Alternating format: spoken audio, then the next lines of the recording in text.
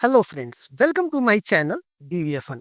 और आज का जो ट्यूटोरियल है वो कंप्लीट है कि आप अपने डाटा को कैसे सिक्योर कर सकते हैं, जिसका आप इजीली बैकअप ले सकते हैं। या तो वो ऑटो बैकअप पे डाल सकते हैं या किसी स्पेसिफिक डेट को भी आप अपने डाटा का बैकअप ऑटोमेटिक कर सकते हैं।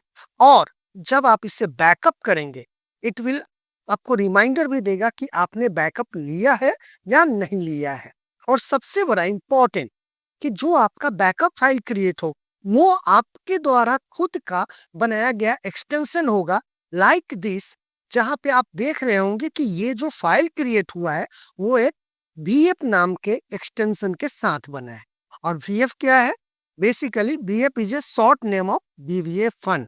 V for VBA, F for fun. अब आपके मन में सवाल होगा कि इसकी जरूरत क्या है। सोचिए, आपका पूरा डाटा एक सेकेंड में गायब हो जाए। आपके important records, transaction, client detail, सब कुछ। ये फ्रस्ट्रेशन सिर्फ तब समझ में आता है जब ये आपके खुद के साथ में होता है।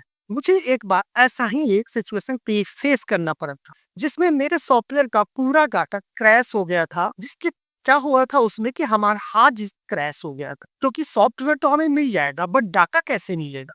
तो उसके लिए मुझे फिर से सारा एंट्री करना पड़ा। इस तरह के सिचुएशन होने के प्रॉब्लम्स क्या है? तो अगर आप अपने एक्सेल में कोई सॉफ्टवेयर बनाते हैं और उसका रेगुलर बैकअप नहीं लेते हैं तो समझ लीजिए आप एक टाइम बॉम्ब पे बैठे हुए हैं जो कभी फट सकता है। कैसे? आपके हार्ड ड्राइव फेल्योर होने से, या एक्सीडेंटल डिलीट करने से, या किसी तरह के वायरस अटैक हो गए, आप उस डाटा को नहीं बचा पाएंगे। अब इसमें जो लोग कॉमन मिस्टेक करते हैं वो क्या करते हैं? बैकअप लेने का सोचते तो है, बैकअप ले नहीं पाते हैं। और बैकअप अगर ले भी लेते हैं तो उसे रीस्टोर कैसे करें ये नहीं पता होता है। या हो सकता है कि आप एक ही जगह पे हर बार एवरी टाइम एक ही जगह पे बैकअप ले रहे हैं, लेकिन टेंशन की कोई बात नहीं है। आज के इस वीडियो में मैं आपको बताऊंगा कि किस तरह से आप अपनी सक्सेस सॉफ्टवेयर का बैकअप ले सकते हैं और बिना किसी दिक्कत के आप उसे फ्री सॉफ्टवेयर में फिर से रीस्टोर कर सकते हैं। तो अगर आप अपने इंपॉर्टेंट डाटा को सेफ रखना चाहते हैं तो इस वीडियो को एंड तक जरूर देखना। और अगर आपने इस तरह का कभी प्रॉब्लम फेस किया हो तो कमेंट बॉक्स में जरूर लिखें। तो चलिए इसी के साथ स्टार्ट करते हैं। Unlock the power of VBA. तो सबसे पहले हम लोग यहाँ पे क्या करेंगे कि एक सेक्शन बनाएंगे एक सेटिंग का, जहाँ पे हम क्या करेंगे कि उसमें डाटा को बैकअप लेने का और रीस्टोर करने का बटन डालेंगे। तो कहाँ पे डालते हैं? तो यहाँ पे इसे डालते हैं, थोड़ा सा इसे छोटा करते हैं पहले, और इसके साइड में ही हम यहाँ पे एक सेटिंग का बटन लेंगे। तो इसके लिए हम क्या करेंगे, एक इमेज बटन ले लेंगे। तो इमेज बटन हम यहाँ पे ले लेते हैं और इसमें इमेज बनाया हुआ है हमारा, हम उस इमेज को इसमें डालेंगे। तो हम इसके पिक्चर प्रॉपर्टी में जाएंगे। आप देखिए यहाँ पे इस इमेज को सिलेक्ट करने के बाद हम प्रॉपर्टी में जाएंगे। प्रॉपर्टी को हम थोड़ा जूम करते हैं और यहाँ पे आपको दिखाते हैं कि ये पिक्चर जो देख रहे हैं, यहाँ पे जाके हम इसे सिलेक्ट करेंगे। फिर हम यहाँ पे अपने पिक्चर को सिलेक्ट करेंगे। तो हमने यहाँ पे एक बटन के नाम से बना रखा है ये सेटिंग, क्योंकि इसके बैकग्राउंड को मैच कर रहा था, इसीलिए ये इमेज हमने बनाया है। हम इसे ओपन करेंगे और इसमें डाल देंगे। और इसका मोड जो है यहाँ से स्ट्रेच मोड में आप देखेंगे, यहाँ पे पिक्चर अलाइनमेंट में ये पिक्चर साइज मोड है। इससे हम क्या कर देंगे, ये जो पिक्चर 1 वाला है इसको हम करेंगे, इसे थोड़ा बड़ा करते हैं जिससे कि आपको दिखाई दे। तो ये है ना picture size mode stretch. Okay, then हम यहाँ पे चलेंगे और इसे थोड़ा छोटा कर देंगे। डन। तो यहाँ पे हमने इसे सेट कर दिया। इसका नाम हम कर देते हैं सेटिंग बटन। अब इसके बाद हमें क्या लेना है, एक फ्रेम लेना है। तो हम यहाँ से एक फ्रेम इंसर्ट करेंगे और यहाँ पर ही अभी हम सेटिंग कर लेते हैं। तो इतना बड़ा फ्रेम ले लेते हैं, इनफ है। ठीक है, इसके जो टेक्स्ट वगैरह है उसको हम यहाँ से हटा देंगे। थोड़ा अच्छा बनाना है तो हम इसे हटा देते हैं और इसका बॉर्डर कलर रेड करेंगे। तो बॉर्डर कलर में जाएंगे और इस कलर में हम इसे बॉर्डर कलर देंगे। और बॉर्डर स्टाइल, इसका बॉर्डर स्टाइल आप देख रहे हैं कि अभी संकेत मोड में है। तो इसके बॉर्डर स्टाइल को हमें नॉर्मल करना है। तो हम कैसे करेंगे, तो यहाँ पे बॉर्डर स्टाइल आपको दिख रहा होगा, ये देखेंगे बॉर्डर स्टाइल, यहाँ पे जाके हम इसको सिंगल कर देंगे। सिंगल कर दिया। अब अगर हम इसे देखते हैं तो यहाँ पे देखेंगे रेड कलर का एक, यानी ऑरेंज कलर में ही हमने लिया है, वो आ गया। अब यहाँ पर एक टेक्स्ट लेंगे। तो एक टेक्स्ट हम कोई कॉपी कर लेते हैं यहाँ से और इसी में पेस्ट कर देंगे और यहाँ पे हम लिख देंगे सेटिंग। यहाँ पे लिख देते हैं सेटिंग और इसे कर देंगे राइट अलाइनमेंट। राइट अलाइनमेंट कहाँ करेंगे? अपने हम प्रॉपर्टी विंडो में जाएंगे। ये हमारा प्रॉपर्टी विंडो है जहाँ पे हम क्या करते हैं कि सभी तरह के इसके जो फंक्शन है, इसके जो फंक्शन है, इस चीज के किसी भी कंट्रोल का जो फंक्शन है वो आपको यहाँ पे दिखेगा। ओके, तो चलिए यहाँ पे हम चलेंगे। यहाँ पे आप इस टेक्स्ट अलाइन में देखेंगे, इसे हम क्या कर देंगे, इसे हम कर देंगे लेफ्ट अलाइनमेंट। ओके, देन इसे बोल्ड करना है तो इसके फॉन्ट में जाना है। फिर हमें तो हम यहाँ फॉन्ट पे जाएंगे, आप देखेंगे यहाँ पे फॉन्ट है, फॉन्ट को सिलेक्ट करेंगे एंड देन हम इसे बोल्ड कर देंगे और ओके कर देंगे। डन। तो ये हमारा सेटिंग हो गया। इसे थोड़ा थोड़ा लेफ्ट राइट कर देना है। तो इसी प्रॉपर्टी में जाएंगे, हम लेफ्ट कर देंगे इसे 5 और टॉप भी कर देंगे इसका 5। ठीक इसी का एक और कॉपी करेंगे क्योंकि जब हमारा फॉर्म ओपन हो तो ये दिखना नहीं चाहिए फ्रेम, राइट। और जब हम इस बटन पे क्लिक करें तब ये फॉर्म खुले। लेकिन जब ये फॉर्म खुल जाएगा, मतलब ये फ्रेम जब दिखने लगेगा, तो इसे क्लोज भी करना है। तो हम यहाँ पे एक एक्स का आइकन ले लेंगे, यानी एक्स टेक्स्ट ले लेंगे और इसे हम साइड में ही रख लेंगे और इसका कलर हम रेड करेंगे। तो इसके फॉन्ट में जाएंगे, फोर कलर में जाकर इसके कलर को रेड कर देंगे।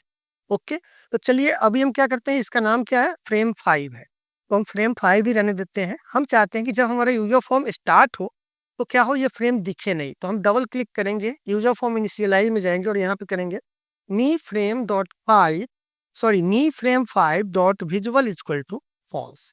उसके बाद इस पे जब हम इस पे क्लिक करें, जो हमारा ये सेटिंग का बटन है, तो क्या हो, हमारा फ्रेम जो है दिखना शुरू हो जाए। तो हम इस पे क्लिक करेंगे और करेंगे इस इमेज पे बिफोर ड्रैग क्लिक को डिलीट कर देंगे यहाँ से और यहाँ पे कर देंगे क्लिक और करेंगे me frame 5 dot visual equal to true. और सेम वही है, जब हम इस क्रॉस पे क्लिक करें तब क्या हो, तो me frame 5 dot visual equal to false हो जाए, राइट। अब इससे क्या होगा कि जब आप इसे रन करेंगे तो यहाँ पे फ्रेम नहीं दिख रहा है, लेकिन जब हम इस पे क्लिक करेंगे तो फ्रेम दिखेगा। अब इसको क्लोज भी करना जरूरी है, कहीं पे भी क्लिक कर रहे हैं तो नहीं काम कर रहा है, तो हम इस पे क्लिक करेंगे तो हमारा फ्रेम क्लोज हो जाएगा। डन। तो यहाँ तक हो गया हमारा काम। अब जब ये फ्रेम हमारा सेटिंग हो गया तो सबसे पहले हमें यहाँ पे एक सेक्शन लेना होगा कि आपको डाटा बैकअप कहाँ लेना है, राइट। तो बैकअप लेने के लिए एक टेक्स्ट बॉक्स आपको लेना होगा। तो हम यहाँ पे एक टेक्स्ट बॉक्स ले लेते हैं और इसके ऊपर ये टेक्स्ट को कॉपी करेंगे। इसका हम टेक्स्ट क्या बदल देंगे, बैकअप लोकेशन, कि आप बैकअप कहाँ करना चाहते हैं। ओके, और इसे थोड़ा और नीचे करते हैं और इसके ऊपर डाल देंगे।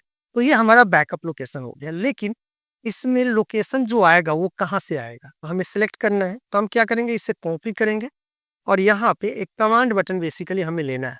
यहाँ पे 3 डॉट देंगे, केवल सिंपल, ज्यादा नहीं बनाते हैं। इसके बगल में ऐड कर देंगे। अब इसका नाम कर देते हैं सेलेक्ट फोल्डर बटन। ओके, अब इस पे जब हम क्लिक करें तो हमारा एक फाइल डायलॉग ओपन होना चाहिए जिससे कि हम फोल्डर सेलेक्ट कर सके कि हम कहाँ पे अपने बैकअप को स्टोर करना चाहते हैं।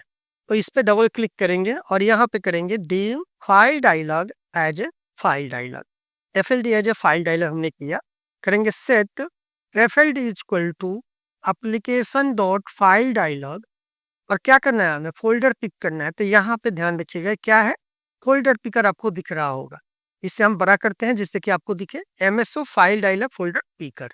ओके, इसे हम सेलेक्ट कर लेंगे और उसके बाद करेंगे if FLD dot show equal to -1 then. अब -1 का मतलब क्या होता है कि फाइल आपका सेलेक्ट हुआ है, राइट।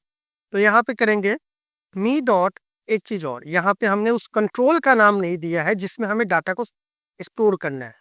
तो ये डाटा का क्या नाम है, टेक्स्ट बॉक्स 1, तो इसका नाम कर देते हैं बैकअप लोकेशन, लॉक कर देते हैं बैकअप लॉक।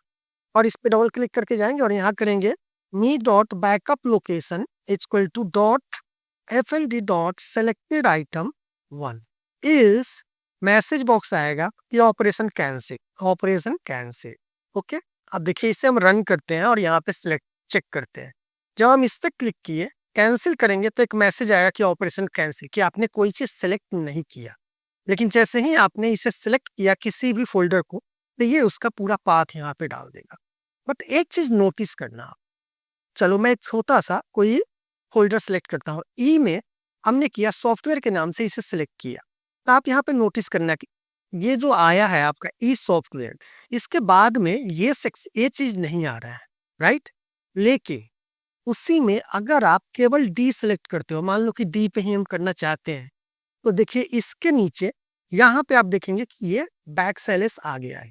किसी भी सेक्शन में अगर आप यहाँ पे ई सिलेक्ट करेंगे तो भी ये यहाँ पे बैक सेलेस आपको दिखाएगा। अब प्रॉब्लम क्या होगा कि कभी अगर आपने ये वाला मेथड यूज किया, तो जब आप फाइल का लोकेशन बनाएंगे, पूरा फाइल का पाथ जब देंगे, तो ये स्लैश होने के कारण एक पीरियड आएगा। क्योंकि वो जरूरी नहीं है कि आप केवल ई में डाटा को सेव करें, आप हो सकता है कि ई के अंदर किसी और फोल्डर में भी आप सेव करें, तो इसके आगे भी या तो इस तरह का बैक स्लैश होना चाहिए। तो इस चीज को हम करेक्ट कैसे करेंगे, तो चलिए इसके लिए हम करेंगे, इसी पे जाकर डबल क्लिक करेंगे और यहाँ पे करेंगे folder path equal to fld dot selected item 1 और यहाँ पे करेंगे if right folder path comma 1 equal to backslash. यही चीज हमें देना है कि ये बैक स्लैश हो तो क्या हो, तो हम यहाँ पे करेंगे कि अगर इसमें अगर लास्ट में जो हमारा सिलेक्टेड आइटम है उसके लास्ट में अगर ये बैक स्लैश आ रहा है तो उसको हटा दो। तो हम यहाँ पे करेंगे लेफ्ट फोल्डर पाथ कॉमा लेन फोल्डर पाथ -1, सॉरी लेन फोल्डर पाथ -1। तो इससे क्या होगा, एक को कम कर देगा, राइट। इज यहाँ पे फिर इंडिफ करके यहाँ पे इल्स करेंगे और लिखेंगे me dot backup location equal to folder path. Okay, अब इससे बेनिफिट क्या होगा कि जब आप यहाँ पे सिलेक्ट कर रहे हैं, अगर आप डी भी सिलेक्ट करेंगे तो देखेंगे यहाँ पे ये हाइफन नहीं आया, सॉरी स्लैश नहीं आया, बैक स्लैश। और अगर आप कोई दूसरा फोल्डर सिलेक्ट करते हैं तो भी आपको यहाँ पे कोई इशू नहीं होगा क्योंकि इसमें भी नहीं है। अब क्या होगा कि जब हम फाइनल फाइल पाथ बनाएंगे तो हम मैनुअली यहाँ पे बैक स्लैश देंगे क्योंकि ये देना जरूरी है, ई के साथ हो या डी के साथ हो या किसी फोल्डर के साथ हो, राइट। तो ये बहुत इंपॉर्टेंट है, इस चीज को ध्यान रखना। अब आगे चलते हैं। अब यहाँ पे इसमें देखो बॉर्डर, इसके चारों तरफ बॉर्डर आ रहा है, मुझे अच्छा नहीं लग रहा है, तो हम इसके बॉर्डर स्टाइल में जाएंगे यानी इस इमेज को सिलेक्ट करके हम यहाँ इसके बॉर्डर स्टाइल में जाएंगे और यहाँ पे इसे हम नन कर देंगे। तो आप देखेंगे यहाँ से हमारा जो बॉर्डर था इमेज का वो हट गया है। अब चलिए यहाँ पे ये तो आ गया, अब हम चाहते हैं कि ऑटोमेटिक बैकअप हो, तो हमें सेटिंग में जाके सेट करना है कि हम ऑटोमेटिक बैकअप इसमें डालना चाहते हैं या नहीं डालना चाहते हैं। तो उसके लिए हम यहाँ पे एक चेक बॉक्स ले लेंगे और इसे हम यहाँ पे डाल देते हैं। इसके फॉन्ट साइज वगैरह को भी हम करेक्ट कर देते हैं, प्रिवेट कर देते हैं, 10 कर देते हैं और ओके कर देते हैं और इसे यहाँ पे लिख देंगे ऑटो बैकअप, डन। और इसे हम यहाँ पे डाल देंगे कि अगर ये ऑटो बैकअप होगा तो ये क्या करेगा कि ऑटोमेटिक बैकअप शेड्यूल कर देगा, राइट। ओके, अब यहाँ पे ऑटो बैकअप किया तो ऑटो बैकअप किस दिन चाहते हो आप, डेली चाहते हो या किसी एक दिन को चाहते हो कि इस दिन केवल हो, जैसे कि मंडे को हो, संडे मंडे हो, ट्यूसडे हो, वेडनेसडे हो, वो दिन आप सेट करना चाहो वो। तो उसके लिए हमें क्या करना होगा, एक हमें कॉम्बो बॉक्स लेंगे जिसमें हम नंबर ऑफ डे डालेंगे, सॉरी नंबर ऑफ डे नहीं, डे का नेम डालेंगे। तो हम कहेंगे सेलेक्ट डे, हम इसी को कॉपी करते हैं और यहाँ पे इसे डाल देते हैं और इसको कर देते हैं सेलेक्ट और इसका नाम कर देते हैं सेलेक्ट डे बटन। और इनिशियलाइज जब हो तो इसमें संडे मंडे ट्यूसडे दिखाई देना चाहिए। तो इसके लिए हमें क्या करना होगा, इसके लिए इसके आइटम में जाके ऐड करना होगा। तो हम यूजर फॉर्म इनिशियलाइज में जाएंगे, इसका नाम क्या है select day. User form initialise में जाएंगे और यहाँ पे करेंगे with me dot select day और यहाँ पे इंड विथ करके हम यहाँ पे डालेंगे डॉट ऐड आइटम, कर देंगे हम Sunday, add item Monday, dot add item Tuesday. इस तरह सभी 7 दिन का जो है वो हम डाल देंगे। तो हो गया हमारा यहाँ सैटरडे।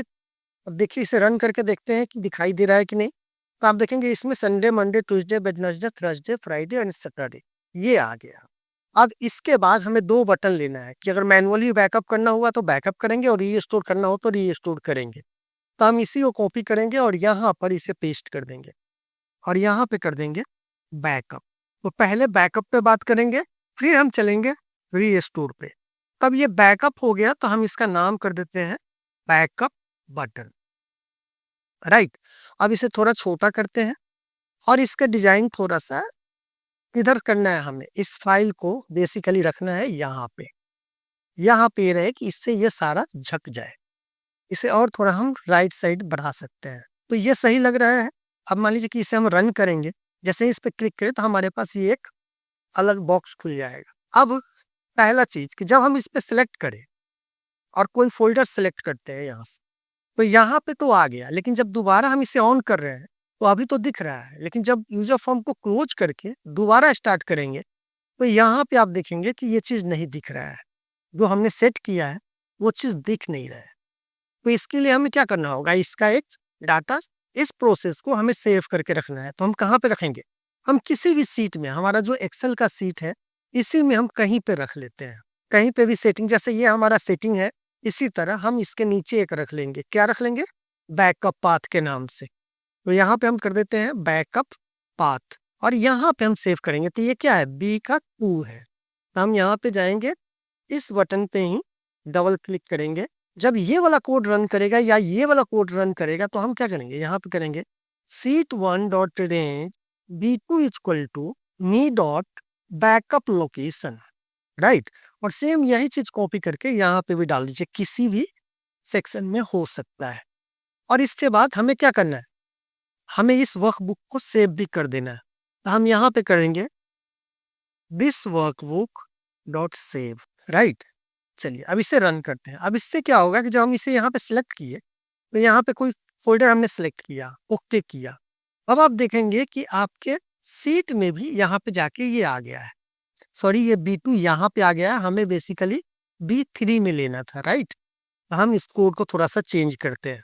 तो हम यहाँ पे चलेंगे और B2 के बदले में इसे B3 कर देते हैं। तो गया फोन, यहाँ पे सिलेक्ट किया मैंने, फोल्डर सेलेक्ट किया, ओके किया, तो यहाँ तो हो गया, ये हमारे एक्सेल में भी यहाँ पे सेव हो गया। लेकिन जब हम दोबारा इसे ऑन कर रहे हैं यानी रन कर रहे हैं, जब इस क्लिक कर रहे हैं तो यहाँ पे ये डाटा आना चाहिए, राइट। तो जब आना चाहिए तो इसके लिए हमें क्या करना होगा, जब भी हम इस बटन पे क्लिक करें जो हमारा सेटिंग बटन है इसके नीचे, तो हम इसके यूजर फॉर्म के कोड में जाएंगे, व्यू कोड में, और सेटिंग बटन का देखते हैं कहाँ है सेटिंग बटन। यहाँ पे हम क्या करेंगे, लिख देंगे me dot backup location equal to sheet 1 dot range B3, right. Run करेंगे अब इसे। जैसे ही आप इस पे क्लिक करेंगे तो आप देखेंगे कि वो लोकेशन का, जो फोल्डर का लोकेशन है वो यहाँ पे आ गया है। ये छोटी छोटी, बहुत छोटी छोटी चीजें जो है आपको ध्यान रखना पड़ेगा, ओके। अब हम चलते हैं, ऑटो बैकअप का बाद में करेंगे, ये बाद में आपको पता चलेगा, पहले हम बैकअप करते हैं। यानी इन दोनों का अभी काम नहीं है जब तक कि हम बैकअप का कोड नहीं लिखते हैं।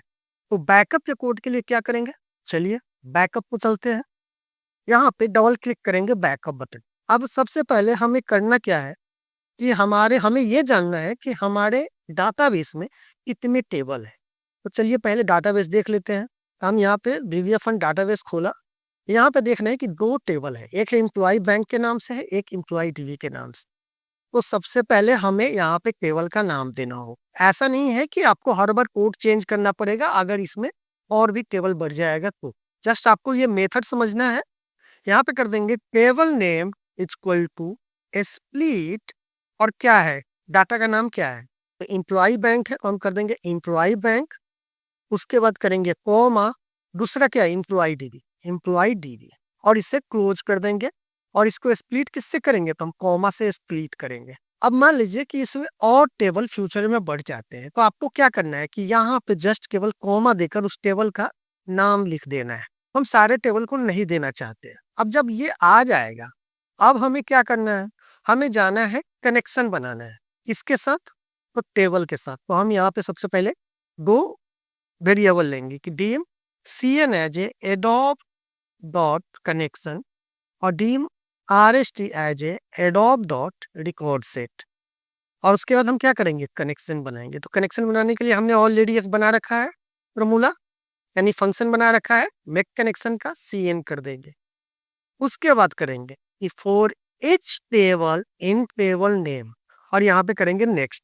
ये हमने each क्यूब ली बोला क्योंकि इसमें जितने भी टेबल होंगे ना सभी के डाटा को ये सेव करेगा। लेकिन कनेक्शन से पहले हमें एक एक्सेल का फाइल ओपन करना है, जिससे कि हम एक्सेस के डाटा, जो भी हमारे यहाँ पे एक्सेस के डाटा है, उस डाटा को हम बैकअप ले सके हम अपने एक्सेल एक अलग फाइल में। तो हम यहाँ पे करेंगे dim W K as a workbook और dim SH as a worksheet, ठीक है। और यहाँ पे करेंगे set W K equal to workbooks dot add और यहाँ पे करेंगे सेट। सेट करने की जरूरत नहीं है, जब वर्कबुक हमारा ऐड हो जाएगा तो जो भी काम करेंगे हम यहाँ पे करेंगे, राइट। अब यहाँ पे हम करेंगे W K dot active sheet dot name equal to, यानी जब हमारा नया एक्सेल फाइल कोई खुलेगा यहाँ पे तो इस सीट का नाम जो है ना यहाँ पे जो आप देख रहे हैं रीनेम कर दे, इस सीट का नाम क्या कर दे, वो जो हमारे टेबल का नाम है। तो हम यहाँ पे जाएंगे और इसको कर देंगे टेबल, राइट। उसके बाद यहाँ पे एक एसक्यूएल लिखेंगे तो एसक्यूएल इक्वल टू कर देंगे सेलेक्ट स्ट्रिक फ्रॉम और यहाँ पे हाइफन करके टेबल करेंगे सेलेक्ट स्ट्रिक फ्रॉम और यहाँ पे डबल कोट देंगे क्योंकि इसे स्ट्रिंग में लिखना होता है और जो टेबल का नाम है वो हमारा एक वेरिएबल है तो हम यहाँ पे टेबल कर देंगे। और देन हम यहाँ पे करेंगे कॉल टेबल कनेक्शन। अब टेबल कनेक्शन भी हमने पिछले वीडियो में बता रखा है, इस चीज का अगर आपने पूरा वीडियो देखा होगा तो आपको पता होगा ये मेट कनेक्शन क्या है और ये टेबल कनेक्शन क्या है, राइट। तो यहाँ पे करेंगे SQL comma cn comma rst। अब यहाँ पे कंडीशन चलेगा कि हम चेक करेंगे कि हमारे उस टेबल में डाटा है या नहीं है। तो हम यहाँ पे करेंगे if not rst dot eof then और इसे हम क्लोज करेंगे। जब डाटा होगा तो क्या हो, तो हम रो नंबर 2 से डाटा को ट्रांसफर करेंगे। हम रो नंबर 1 को नहीं लेंगे, 2 से डाटा को ट्रांसफर करेंगे। हम कहेंगे row number equal to 2 and then rst move first, यानी उस रिकॉर्ड के सबसे पहले वाले जो हमारा टेबल है इसके पहले रिकॉर्ड पे जाओ और यहाँ से डाटा को लेना शुरू करो, ओके। और उसके बाद यहाँ पे कर देंगे rst डॉट मूव नेक्स्ट। ये जरूर करना ये दोनों चीज, अगर मूव फर्स्ट और मूव नेक्स्ट आपने नहीं लिखा तो आपका लूप जो है इन्फिनिट हो जाएगा, ओके। और उसके बाद यहाँ पे करेंगे do until rst dot eof की मतलब कि जब तक तुम रन करते रहो जब तक कि हमारा रिकॉर्ड सारा रिकॉर्ड तुम रीड नहीं कर लेते हो।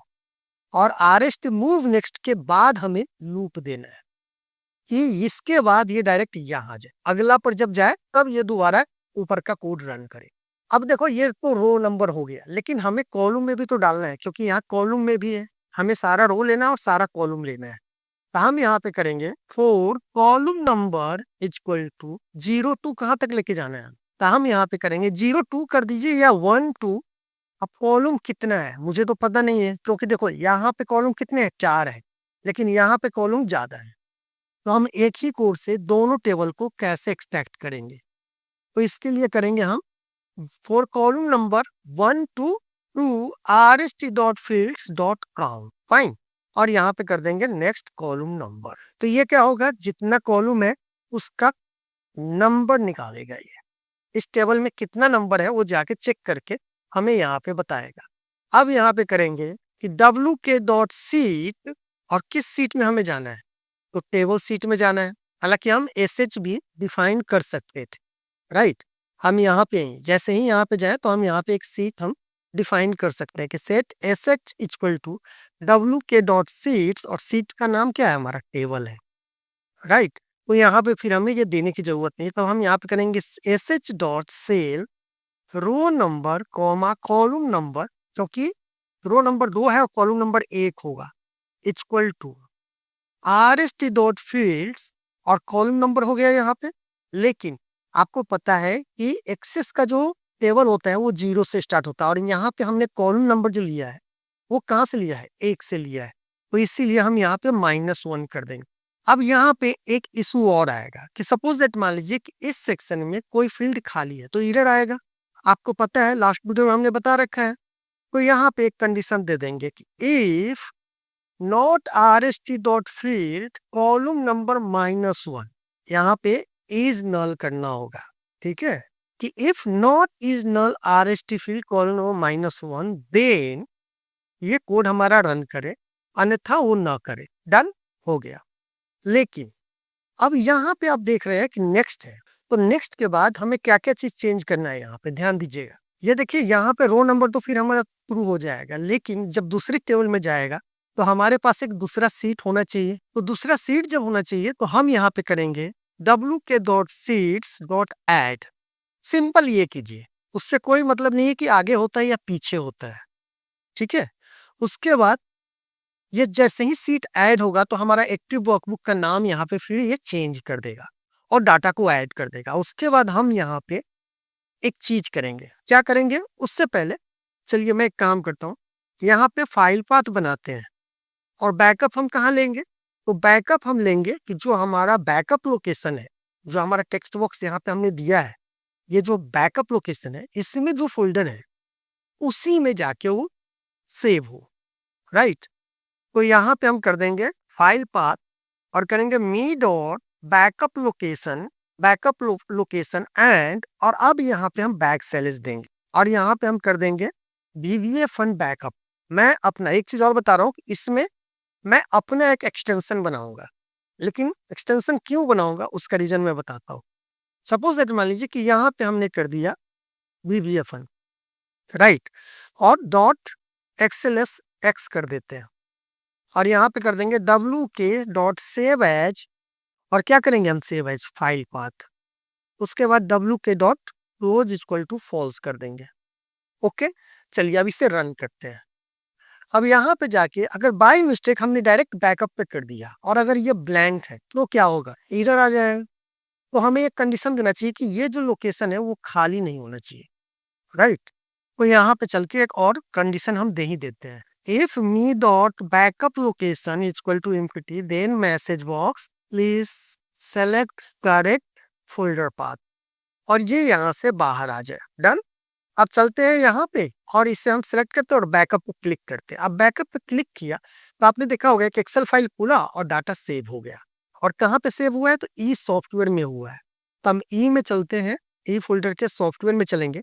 यहाँ पे आप देखेंगे एक फाइल VVA-Fun के नाम से यहाँ पे बन गया है। तो यहाँ पे देखेंगे आप एम्प्लॉय DB हो गया, एम्प्लॉय DB में एक ही डाटा आया। अब यहाँ पे देखिए एक ही डाटा क्यों आया, क्योंकि हमने कोडिंग में गलत किया है। खैर वो हम बता देते हैं कैसे वो सही होगा। यहाँ पे ये आ गया एम्प्लॉय DB और ये आपका आ गया एम्प्लॉय बैंक, राइट। चलिए अब इसे हम सेव करते हैं, लेकिन इससे पहले एक चीज और जान लीजिए। अब देखिए मैंने ये बना तो दिया, अब इससे क्या होगा कि कोई फ्यूचर में जब हम रीस्टोर करें तो इसके जगह पे कोई गलत फाइल सेलेक्ट कर लेगा तो एरर आएगा। तो हम क्यों ना एक ऐसा एक्सटेंशन अपना फाइल का एक्सटेंशन बनाए जिससे कि कोई उसमें एडिट ना कर सके, और जब हम रीस्टोर करें तो केवल वही फाइल एक्सेप्ट करे, एक्सेल फाइल एक्सेप्ट ही ना करे। ओके, तो चलिए इसको क्लोज करते हैं और इसमें चलते हैं कि सारा डाटा क्यों नहीं आया। तो उसके लिए हम यहाँ पे जाएंगे और आप यहाँ पे देखेंगे कि जब ये एक रो पूरा चल जा रहा है तो इसके बाद हमें रो नंबर का वैल्यू बढ़ाया नहीं था, तो रो नंबर +1 कर देंगे। अब अगर आप इसे रन करेंगे यहाँ पे और हम बैकअप पे जाते हैं, बैकअप पे क्लिक करते हैं, तो यहाँ पे एक चीज पूछ रहा है, ये फाइल नेम यानी जहाँ पे आपने पहले बैकअप लिया था वहां पे ऑलरेडी एग्जिस्ट है। तो ये थोड़ा अच्छा नहीं लग रहा है, राइट, कि आपका एक्सेल खुल रहा है, आपको पता चल रहा है। तो हम अभी तो यस कर देते हैं, उसे बंद कर देते हैं। तो यहाँ पे देखेंगे आपके सारे डाटा यहाँ पे आ गए हैं। ओके, ये देखिए यहाँ पे सारा डाटा आ गया, इसे क्लोज करते हैं पहले। यहाँ पे सारा डाटा आ गया और एम्प्लॉय बैंक का यहाँ पे सारा डाटा आ गया। अब बात आती है कि यहाँ पे हम अपना एक स्पेसिफिक एक्सटेंशन कैसे बनाएं। बहुत सिंपल है, इसको क्या करना है, यहाँ फाइल पाथ जो हमने दिया है इसके जगह पे हम इसका नाम कुछ डायनामिक बनाएंगे। तो यहाँ पे करेंगे VVA-Fun अंडरस्कोर एंड यहाँ पे डेट देंगे कि फॉर्मेट डेट, और किस फॉर्मेट में होना चाहिए, तो हम यहाँ पे कर देंगे MMDDYY के नाम से और इसको क्लोज कर देंगे, एंड करेंगे और फिर से यहाँ पे डबल कोड देख के हम अपना एक एक्सटेंशन बनाते हैं VF। अब चलिए इसे रन करते हैं। अब यहाँ पे गया, मैंने यहाँ पे बैकअप पे क्लिक किया, आपका फाइल बैकअप हो गया और डाटा सेव हो गया कहाँ पे, ई में। तो आप देखेंगे यहाँ पे, ये देखिए यहाँ पे हमारा एक बैकअप फाइल क्रिएट हो गया VF फाइल एक्सटेंशन के साथ। इसका देखिए VF फाइल एक्सटेंशन, अगर आप इस पे डबल क्लिक करेंगे तो ये ओपन करने का पूछेगा आपसे, राइट, कि किस में ओपन करना है। हालांकि ये फाइल आपके एक्सेल में ओपन हो जाएंगे, अगर ये ओपन विथ एक्सेल करेंगे तो ये ओपन हो जाएगा, डाटा भी आपको दिखेगा। बट हमने ये इंश्योर किया है कि जब आप बैक लो रीस्टोर करो तो आप करेक्ट फाइल को सेलेक्ट करो, गलत फाइल ना सेलेक्ट, राइट। ओके, अब देखिए, अब यहाँ पे हम इसे रन करते हैं। अब इस पे बैकअप पे गया, दोबारा बैकअप पे क्लिक करेंगे तो यहाँ पे ये मैसेज आया, तो हम चाहते हैं ये मैसेज यहाँ पे ना आए, क्योंकि ये एक्सेल खुला हुआ दिख रहा है, राइट? तो अभी हम इसको यस करके बंद करते हैं और कोड में जाएंगे और बैकअप पे यहाँ पे एक मैसेज डालेंगे, और ये जो फाइल पाथ हमने बनाया है ना, इसको यहाँ पे ना रख के सबसे टॉप में रखेंगे, यहाँ पे रख लेंगे। अब यहाँ पे करेंगे कि if dir file path not equal to empty then message box.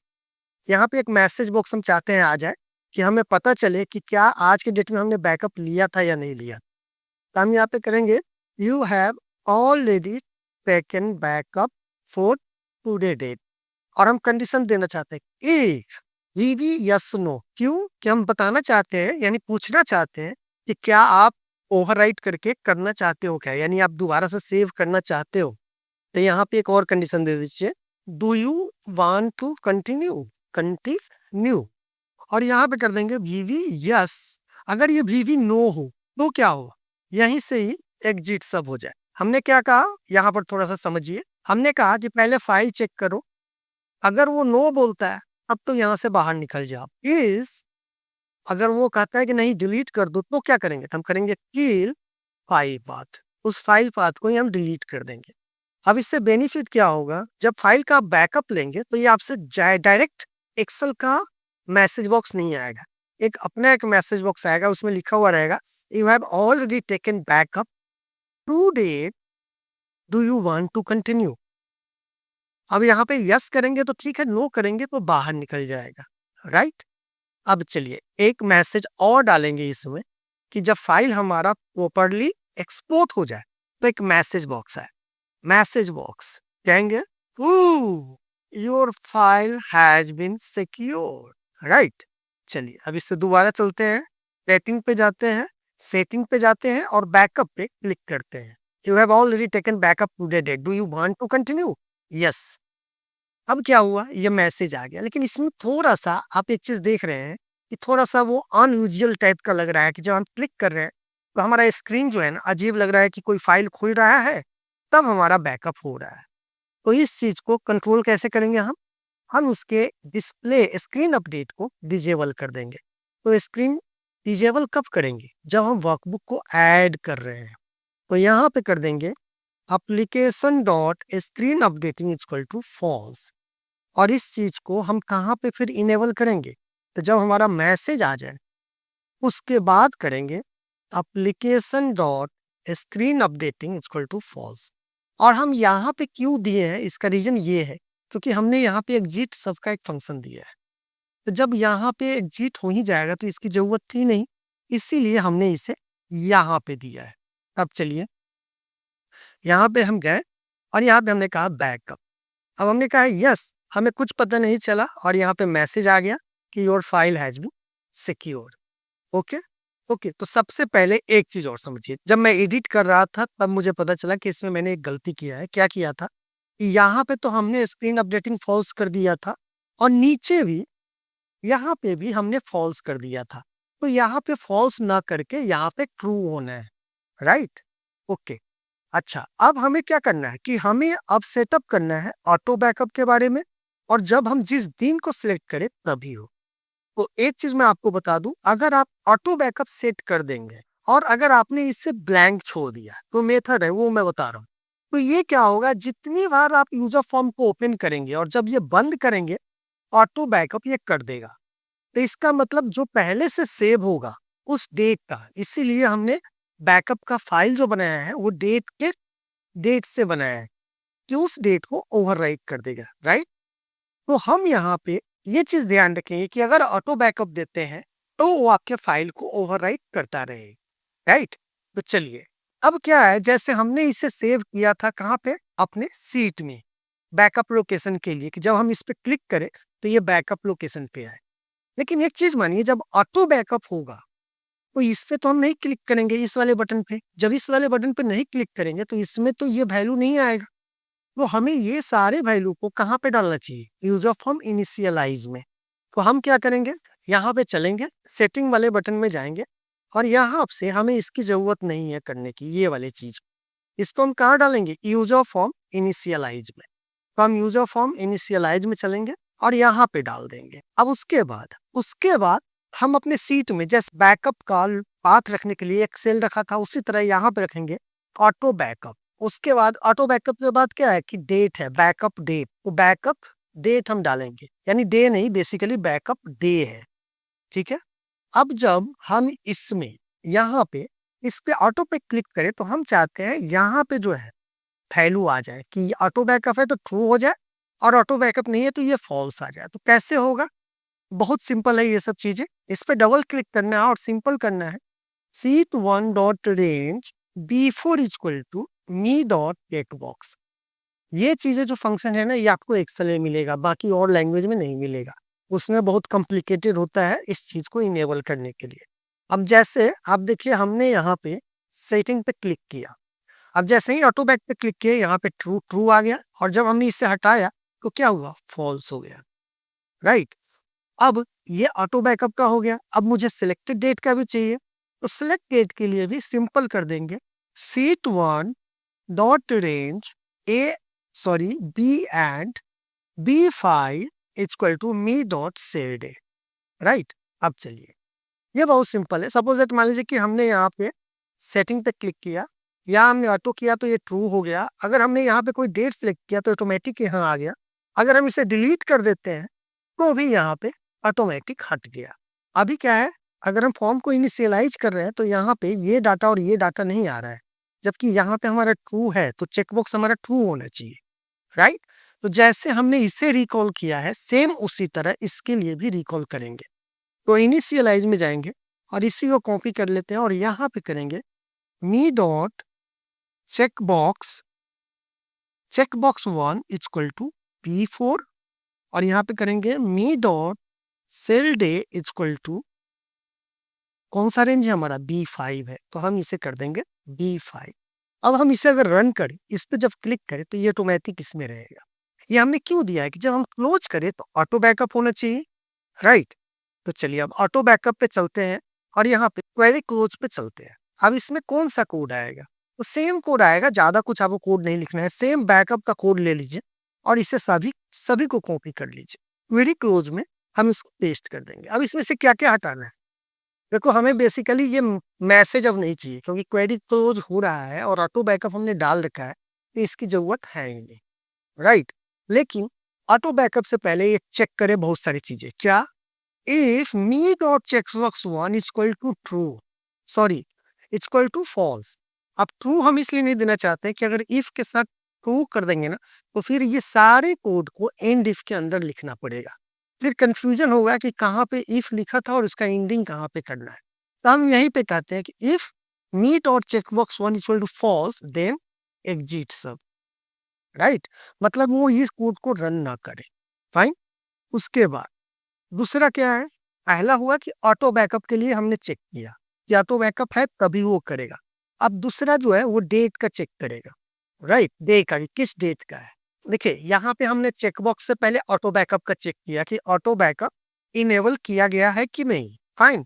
अब हमें देखना है कि अब डेली करना है या जो डेट कोई डेट दिया हुआ है। मतलब क्या है कि अगर यहाँ पे आपने ऑटो बैकअप करके इसे ब्लैंक कर दिया तो मैं चाह रहा हूं कि ये एवरीडे बैकअप ले जब भी हम इस एप्लीकेशन को क्लोज करें तो। राइट। तो इसके लिए हम क्या करेंगे, ये बेसिकली मैसेज मांग रहा है तो अभी हम इसको नो करेंगे और हट जाते हैं, बाहर निकल जाते हैं। क्वेरी क्लोज में चल के हम कहेंगे if me dot cell day equal to empty then. अब चलिए यहाँ पे दो कोड लिखना है। अगर एम्प्टी है तो क्या करना है हमें, तो हमें कुछ नहीं करना है और ये बैकअप लेना है। राइट। इज के बाद ये पहला कंडीशन हुआ कि अगर खाली है तो कुछ मत करो और सीधा यहाँ पे आप यहाँ कमेंट दे सकते हैं डू नथिंग। ठीक है।